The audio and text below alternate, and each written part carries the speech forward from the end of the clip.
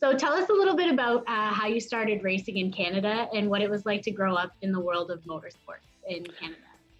Well, I had a bit of an atypical Canadian upbringing because I didn't follow hockey. My dad's from England, was a big motorsports fan, really loved racing, Formula One racing, IndyCar racing, all type. I kind of grew up with that influence, in my household. I didn't know what hockey was until I went to school and realized everybody else was playing this game. But here I was already, head over heels in love with motorsports. Dad and I would watch F1 races Sunday mornings and IndyCar races Sunday afternoons, and started going to the race in Toronto when it started. It started the year I was born, and I missed that one, but I think I've been to every one since, as either a fan or a participant. It was just second nature. Dad and I just both had this passion for motorsports, and that's kind of how it started. And then I got a go-kart for my 9th birthday, and we started racing together. So, when I first started, it was never something I really thought about doing professionally. It was a hobby. It was just something fun to do on weekends with my dad, and so it was great. I mean, the karting culture in Canada at the time, in Ontario specifically, was great. It was very competitive. It was very friendly. It was a big community. So kind of growing up in the racing world in Canada at that stage, without at the time aspirations of doing anything other than go-karting in Ontario, really, it was great. It was a great time to come up to the sport. When did you decide that this was something that you wanted to kind of have a career in?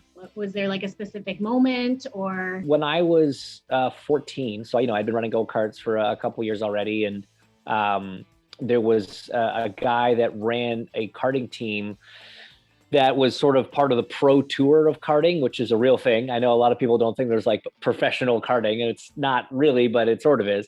It's basically the group of all drivers from all over North America that do want to be professional drivers, so rather than just regional racing and doing it for fun, these are the kids that are really, dedicating their lives to being professional. And he ran a team in that series, and he'd watched me at the local tracks and said, "Hey, I think you're good enough to do this if you want to give it a try." And I thought, okay, well, if he thinks I'm good enough to do it, we might as well take a crack at it. And that's kind of when my mindset shifted a little bit, because I thought, if I could go out there and be competitive against these kids that from the age of 5 have been doing nothing but focused on being professional racing drivers, if I could go out there and run with them, then maybe I've got a shot. And so for 2 years, we ran on the pro karting tour, and it went pretty well. And so we just sort of said, hey, look, this has been a lot of fun. My dad and I both acknowledged that getting any further in this sport was very difficult, especially from Canada. But we're just going to ride this wave as far as we can. Let's take a stab at it and see what happens. If it doesn't work out, that's cool. But let's just have some fun with it and see where it goes. And here we are. Look where it went. And what age do you think that was? Kind of 14, 15, 16 is when, we really kind of started changing that focus, and, did the pro karting for 2 years, and then moved up into cars when I was 16. And once that kind of first year of being in cars out of go-karts went well, that's when I sort of thought, okay, let's, maybe we've got a shot at this. I was late to the party. What kind of companies did you start to target to partner with, and why? At that point, that stage, being, just getting into car racing and not really having much of a platform to use, you're a lot less picky. When you say, who do you target? It's anybody with a bank account is basically how it works out. We were really lucky throughout my, career coming up. We had a bunch of years where we had a lot of support from people. We had a couple of years where we didn't, and it was really tough. Franzak was actually one of my earlier supporters. They helped buy a car for the race team that I wanted to go racing with in my first year of like proper car racing. And you rely on friends that either work for big companies or maybe know somebody in a company and try to get an introduction.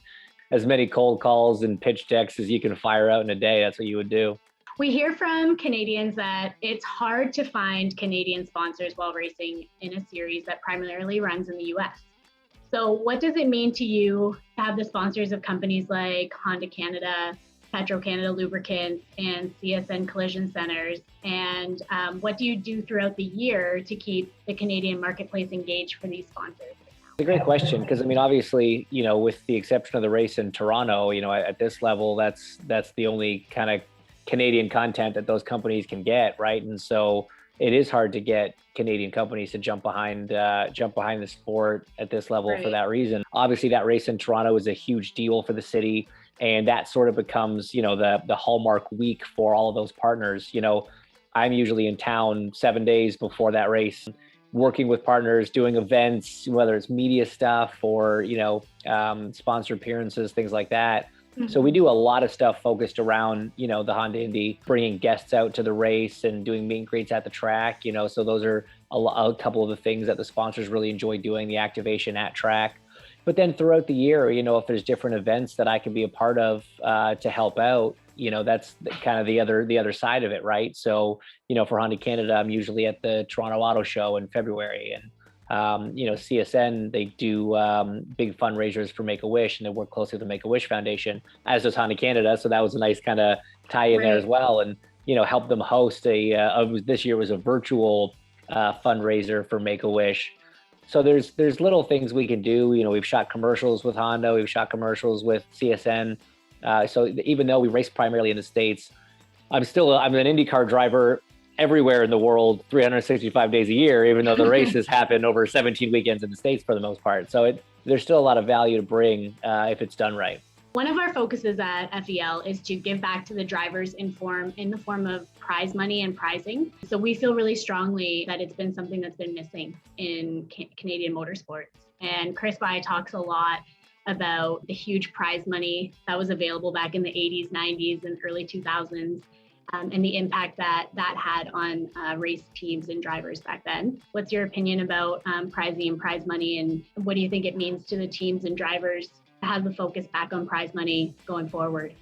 Chris is absolutely right. The prize money structures back in the good old days were very different than they are today. That's not just Canadian motorsports, that's all motorsports. And, we've certainly seen a big change in the IndyCar world. I remember when I was karting, when I was a kid racing around Ontario, this new championship started. It was the Sunoco Ron Fellows Karting Championship. And they actually gave out prize money to the drivers, if you got a pole or if you finished on the podium. And I'm talking a couple $100. Like it would maybe buy you a set of tires at the end of the day. It's not like it was paying for your racing. But even just that feeling of earning that extra bit of cash, it meant so much. It's not just helping pay the driver's salaries. It's the whole crew would get a cut of those checks, and so it really does motivate your crew. It incentivizes your crew. It's just a feel good story. It's nice to know that you've got a steady job for sure, but if every once in a while you get this little bonus check show up in the mail, that's a cool thing. It makes people want to be there. It makes people want to compete, and so. I would love to see, something that tries to move the model a little bit more that way. I know it's tough. Every business has found ways to cut back and cost save and whatever. Yeah. But the prize money thing, you're rewarding success, which is how it should be in sports. Do you think that Canadian motorsports will ever get back to what it was in the 80s, 90s, and early 2000s? What do you think the motorsport community in Canada can do collectively to kind of work in that direction? The most important thing is just making sure that we continue to develop and nurture talent.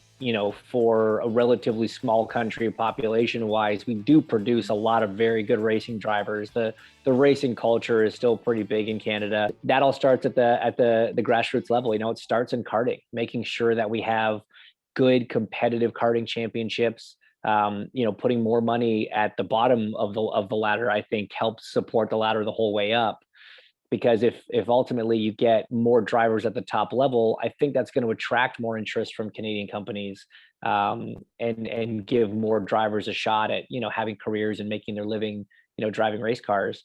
So for me, it's a couple of things, but definitely, investing in the bottom, investing in youth, and really promoting and nurturing those Canadian, stars of the future is really important. And I think if we do that and we find the right companies to support it, we can get motorsports back up to a very high level in Canada, because the passion's there, the talent's there. We just need to make sure that the framework and the structure's there. Alrighty, so last but not least, how likely are we to see the mayor of Hinchtown at an FEL Motorsport race in the future? I would love to come. I would love to be at one of those for sure. So you just tell me when and where, and if I'm free, I'm there. Okay.